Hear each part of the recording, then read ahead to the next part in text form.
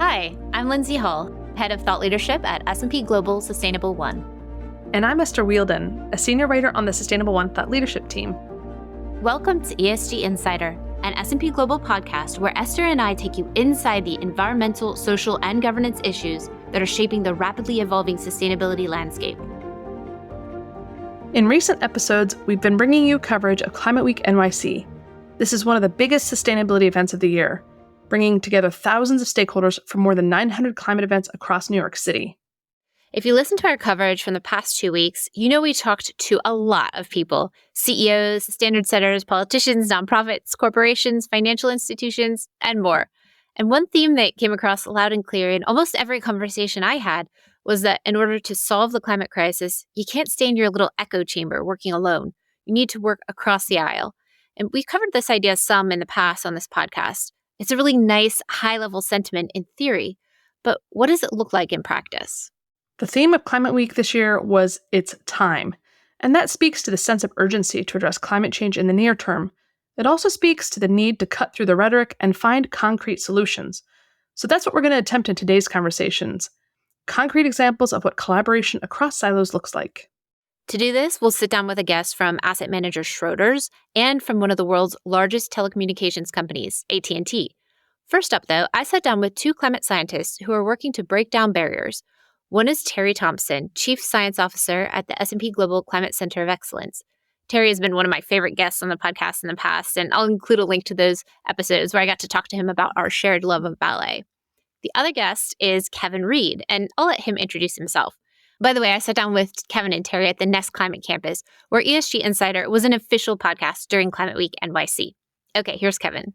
My name is Kevin Reed. I hold a variety of hats these days, which makes my day-to-day life very fun. The first and foremost is I'm a climate scientist at Stony Brook University, where I'm a professor. I'm exploring how extreme weather like hurricanes change with climate change.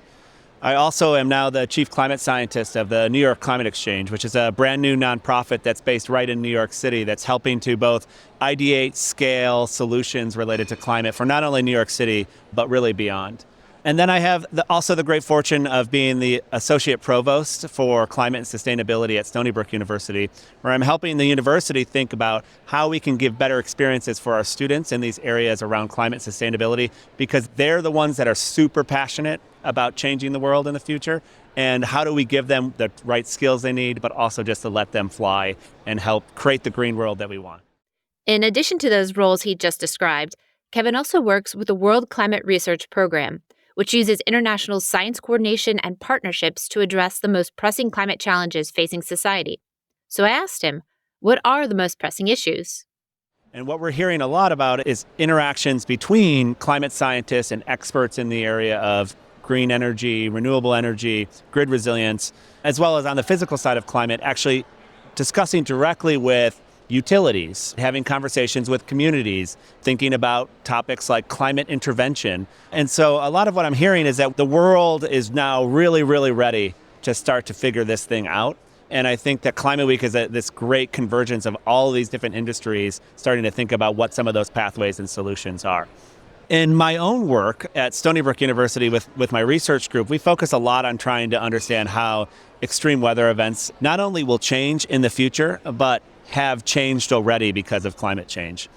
The reality is the world has warmed by over 1 degree Celsius, right? Over 2 degrees Fahrenheit. That means our weather has changed already, which means we are already dealing with the impacts of climate change. And a lot of what my group does is try to quantify those impacts so we can better translate the changes that we're experiencing to different sectors, whether it be to help informing policy, help inform urban planning, help to inform the actual cost of climate change now, not just in the future, but what it's costing us right now. And this is a new area of science. It's referred to as typically event attribution aspects. And a lot of what we're trying to do is we're focused on hurricanes thus far, which is important right now. This conversation was timely because during Climate Week NYC, Hurricane Helene was bearing down on the southeastern United States. Every time this happens, it brings the dialogue to the forefront of, did climate change impact that event? And what our group does is we try to quantify the ways in which it has. I posed the same question to Terry about the most pressing issues he's dealing with in his work. I would say that the most pressing issue is to integrate across scientific and economic disciplines to create a more seamless and fault-free communication among the disciplines, sharing of data, ensuring that the models, the specialized models that are used in the different disciplines are making consistent assumptions when they're applied. There is improvement in the silo situation. There is erosion in the barriers, but there's a lot of work that needs to be done to actually reach at a working level, a collaborative level, intimate interactions between a climate scientist who specializes in tropical cyclones and an econometrician who specializes in creating regression analysis that links economic indicators like GDP to underlying climate variables.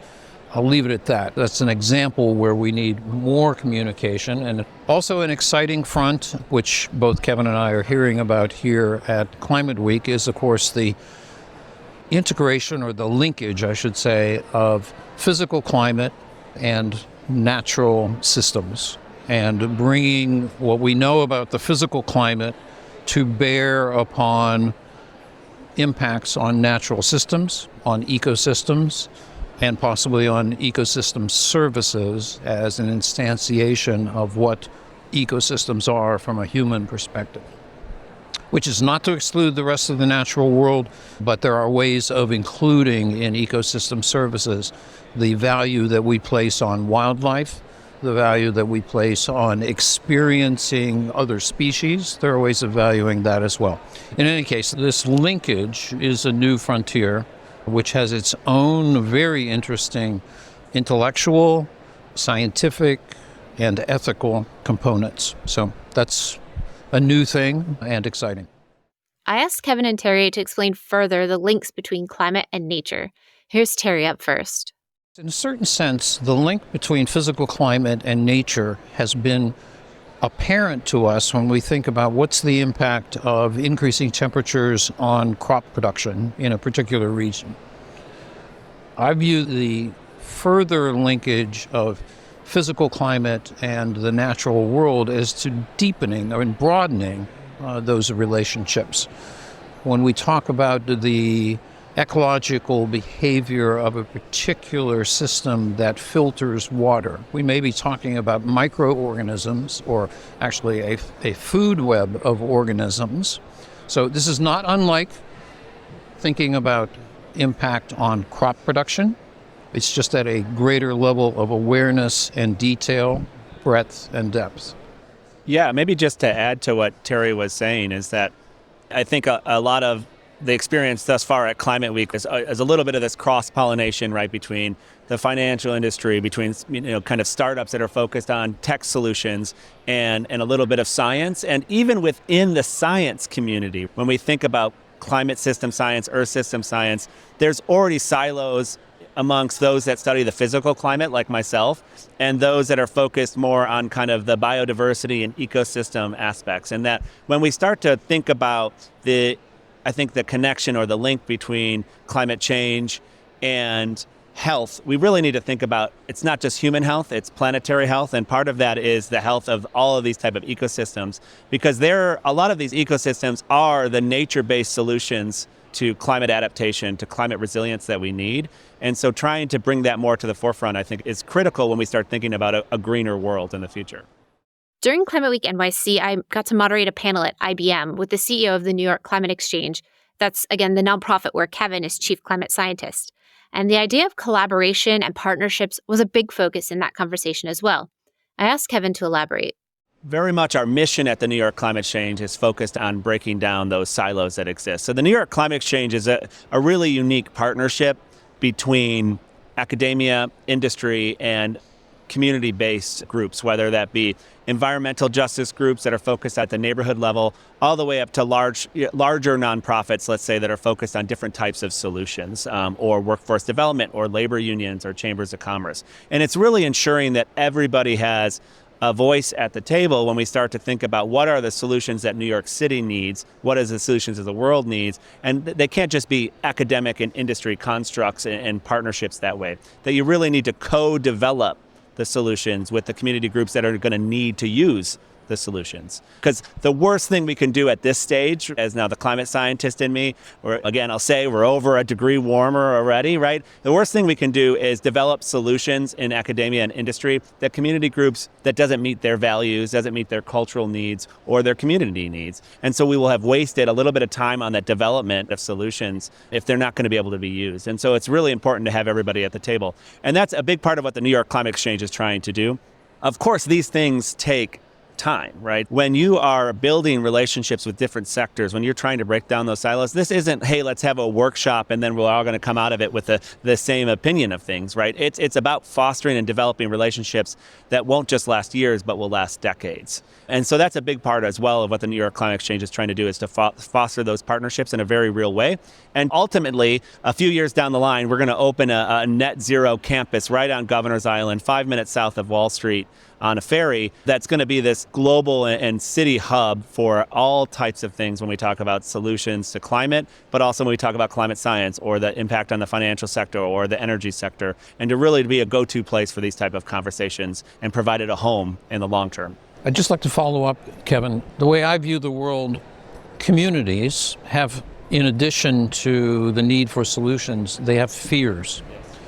And so my question really is, will your organization or your activities also help address the fears? People fear change. They fear change, particularly when it may have an economic impact on them personally.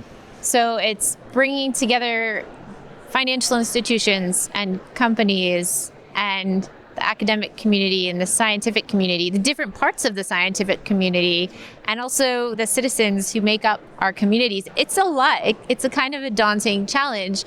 We don't want our listeners to feel overwhelmed or discouraged. So maybe you can give an example of, if you've seen this work well anywhere, like anything you can point to where you're like, yes, this is good, effective collaboration. We want more of that. Well, let me start, and it's going to be a totally different topic, but I think it will exemplify, I think, what the New York Climate Exchange is trying to do, and I think it'll put it into a context that connects, right? So first and foremost, I'm a professor, and so one of the New York Climate Exchange first programs was the launch of a climate solutions internship experience for undergraduates. And so just this past summer, in 2024, we launched the first cohort, and what we did is we brought students from different academic partners within the exchange to New York City. And once they were here, we partnered them with some of these community-based nonprofits. And so the students got this experience all summer where they brought their skills that they've learned at their home institution, whether that be some was accounting, engineering, architecture, environmental science, and they learned how they could apply those skills directly with a nonprofit that might be focused on arts and culture around climate, or focused on workforce development around climate solutions and needs. And so it was an opportunity to show you can take a very technical background like accounting, and you can bring that to New York City, and you can work with a nonprofit that's really focused on enabling climate communication, for example. And so this is an example, I think, though, of how you can break down these silos. Very modest, right? We had 11 students, but imagine if we could scale that to hundreds every year. And then you'll have those people that when they start their careers, they already know how to talk across disciplines, and they can actually activate earlier in their careers about helping solve the climate crisis. So on my side, part of the charter of the Climate Center of Excellence inside S&P is to foster collaborations externally and internally. So a good example of success is that we've established a very good relationship with the World Climate Research Program. We are mutually attending conferences and forging ongoing research and development relationships, as Kevin mentioned, that we hope will last years. Terry also noted S&P Global is collaborating with the World Climate Research Program to jointly sponsor a research workshop in November 2024, and that will seek to address the linkage of physical, economic, and financial models and data. In our interview, Kevin also pointed out that siloing can be a challenge within organizations, too. When you think about breaking down silos to have these type of collaborations, it's not just breaking down silos between institutions. It's many of our institutions have these siloed nature within them.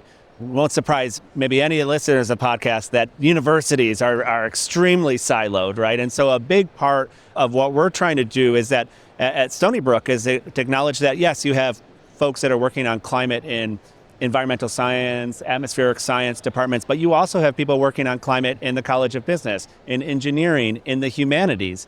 And how do you also help to foster those type of collaborations? Because that is one of the first keys in order to actually effectively work with other institutions around some of these topics as well. And ultimately, right, I think it's because climate and the impacts of climate just are cross-cutting against all disciplines at a university, all sectors within large corporations. And that's a big part of the challenge around really kind of advancing the solutions that we know already are out there.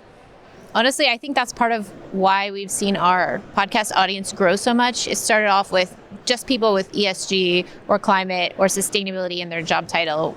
And now everyone is thinking about sustainability in some way, shape, or form. Climate change impacts every business, whether or not you've got it in your title or not. So you're touching on some really important points, and I really appreciate you sharing your perspective with our audience today.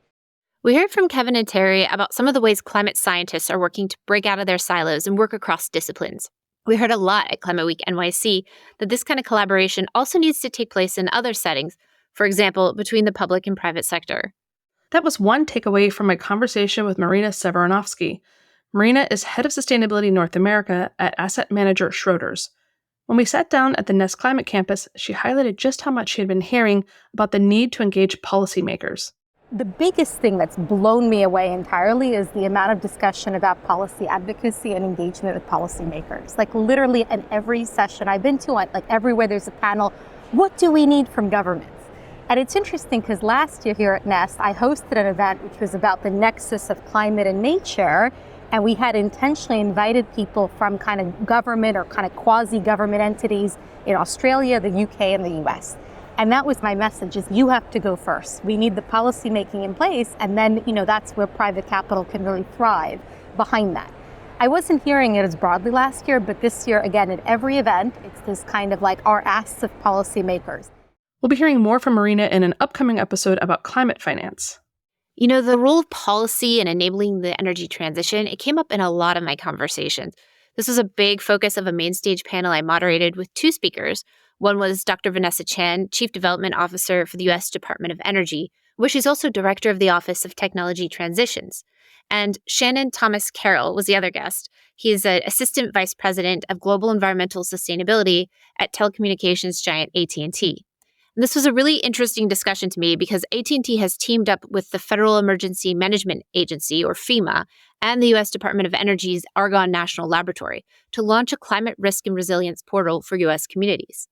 I sat down with Shannon for an interview right after that panel to hear more about AT&T's approach to partnerships as well as climate and data. I lead our global environmental sustainability program. What that means, practically speaking, is some of the traditional environmental stuff you think of: water, waste, circular economy. But I spent a lot of my time developing and executing our climate change strategy. So particular focus on mitigation and adaptation. When we talk about adaptation at AT&T, we're really thinking about network resiliency. We have a large network, physical network in the ground that is susceptible to extreme weather events. So we spend a lot of time trying to figure out how do we use climate data, be smart, integrate it, and protect our network against the future impacts of climate change so we can ultimately serve our customers. We are very committed to on the mitigation side as well in terms of reducing our emissions. There's a lot of work that we do there. Now, at a high level, we're obviously trying to take care of our own emissions first. We have a carbon neutral goal by 2035, which is really important to us. We also do a lot of work within our supply chain to help our suppliers reduce their environmental impact and their emissions specifically. A lot of our listeners will know the name AT&T, but a lot of them won't necessarily have thought, oh yeah, this is why you would think AT&T and you would think climate. Like, what's the connection? Can you just draw that a little more clearly for? Absolutely. I like to say with some regret that our environmental sustainability program is the best kept secret. And we do a lot of work on the climate side. Again, it's really about the two sides of the coin: mitigation and adaptation. On the mitigation side, it's reducing the emissions from AT&T. When you think about AT&T as a network provider, ultimately what we do is provide connectivity. It takes a lot of electricity to do that.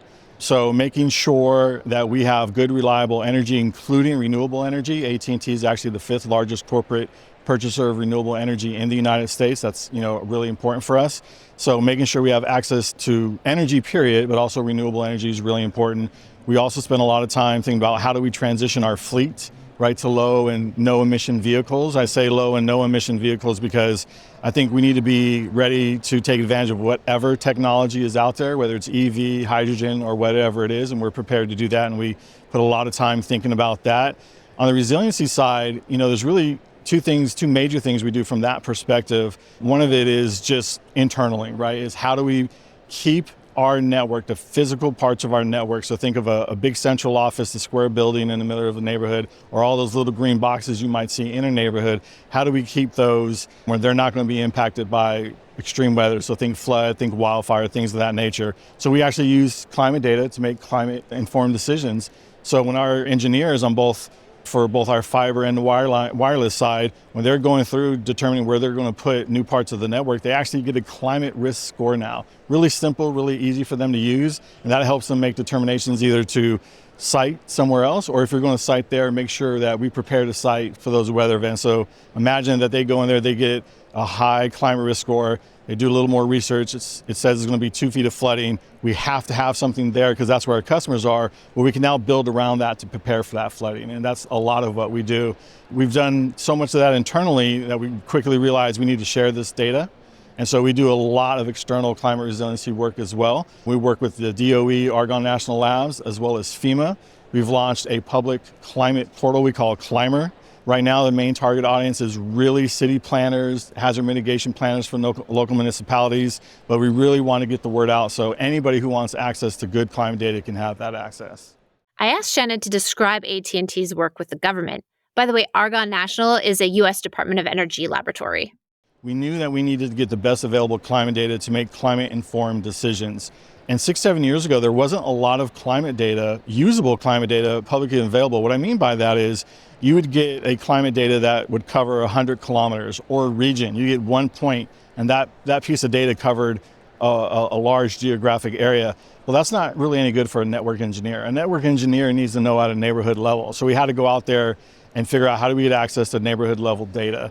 And so we did our research. We ended up working with Argonne National Labs. They have some of the best climate data available. They're able to get it to what we call neighborhood resolution data points. And now we use that and integrate that in a few different ways. One of the most simple ways is we just integrate it into one of our mapping systems that a lot of our employees have access to so they can just see visually how the climate is going to impact us in the future. I say in the future, or how climate is going to impact us really now and into the future, because it's not just a future event. Then the other thing we've done is just more practically, we've put that data into all the different workflows that make sense for the different people that do different jobs. So again, think of a wireless network planning and designer. They need to figure out where they're going to put that new tower, where they're going to put that new node. And there's lots of factors that they have to look at, including reliability. Well, now one of those factors is a climate risk score. Right? So they get a climate risk score on wildfire, on drought, on inland flooding, on coastal flooding. So now we're able to make those informed decisions. And our belief is that doing that work now will allow us to have a more resilient network in the future. This question of how do you get different stakeholders collaborating is really important. You talked about the work you're doing with DOE and Argonne. What are some of the other collaborations that you're involved with? This is an important one because our Chief Sustainability Officer, Charlene Lake, often says this is an area we need to collaborate, not compete, when it comes to climate change in particular. As you've heard me say, it doesn't do us any good to be climate resilient in a vacuum. We need everybody to do that. So collaboration is key. I think there's lots of ways to collaborate. One of the simple ways for us is through industry groups. These industry groups are really important because you're bringing what would be competitors otherwise, into kind of a safe environment to talk about these really important issues. I think just individual collaboration with other companies is really important. Obviously, public-private partnerships are going to be really important. I mean, essentially, that's what we're doing with the DOE and Argonne National Labs. We talked a little bit on stage, the importance of also, working through incubator type facilities. So Rocky Mountain Institute, Third Derivative, where they're bringing these small businesses that are looking for funding, but they have cutting edge climate technology. They're connecting them with corporate investors and others to try to foster that technology so you can get it to scale. Because again, one of the things we talked about on stage is the big challenge is getting new innovative climate solutions that you can scale. And that's a really, really big challenge. Okay, so we're talking about this question of scalability, some of the challenges with that. And I thought it was really interesting what we heard on stage from both you and Dr. Chan, this idea that nobody wants to be the first mover. Nobody wants to raise their hand and say, yeah, I'll try out and invest in this new unproven technology first. Tell me more about how AT&T thinks about that. So the challenge with that is regardless of the entity that you're looking at, there's a finite amount of capital.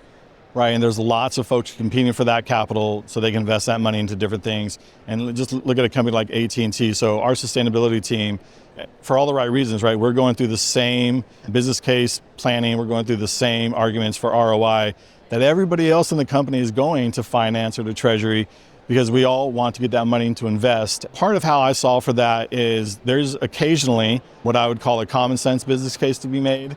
And I think that's a very powerful thing. I think what has been around for a long time is risk management, right? So I'll just point to the climate resiliency work and how we did that when we talked to leadership. We obviously informed them of what we're trying to do, but it's really hard to get an ROI to say, hey, if we invest in this climate data now, we're going to get exactly this much money back. But we can make some estimates, right? Some common sense kind of estimates and present that in a risk management, risk mitigation kind of format. And it makes sense to leaders. I think the other challenge is, again, that competition for capital is you may have 5 really good things to do, even on the sustainability side, and eventually you have to pick. If everything's a priority, then nothing's a priority. One of the things that we've done, again, is collaborate with industry groups, collaborate with different kind of incubators. I think that helps, because if you can invest a little and hopefully get a lot in return on that, that's ultimately the way that you want to go. I think there's other ways to be a first mover as well. And one thing that I want to mention in the work that we do on the mitigation side, the emission reduction side, is we are going all in on what we call smart climate solutions. We have a public goal to reduce our business customers' emissions by 1 gigaton. AT&T has a carbon neutral goal by 2035. And you know what? A lot of other people have carbon neutral and net zero goals as well. So we're determined to prove out transparently in the public domain that using our network and our services will actually reduce your emissions. So we do a lot of, again, what we call smart climate solution work. And so that sometimes can be easier because you're investing internally, and it's sometimes people hours and person hours as opposed to capital. But so I think there's lots of different ways to invest. It doesn't always have to be capital intensive. You just have to get creative. So we heard today quite a few examples of working across disciplines. Climate scientists are quantifying the impacts of climate change, and then the crucial next step is to translate that information and communicate it in a way that can help impacted sectors make better decisions or help inform smart policy. We also heard about the importance of thinking creatively to find solutions to the climate crisis and the need to scale those solutions. These are both topics we'll be covering again in upcoming episodes about technology, AI, and climate finance, so please stay tuned. Thanks so much for listening to this episode of ESG Insider. If you like what you heard today, please subscribe, share, and leave us a review wherever you get your podcasts. And a special thanks to our agency partner, the 199. See you next time.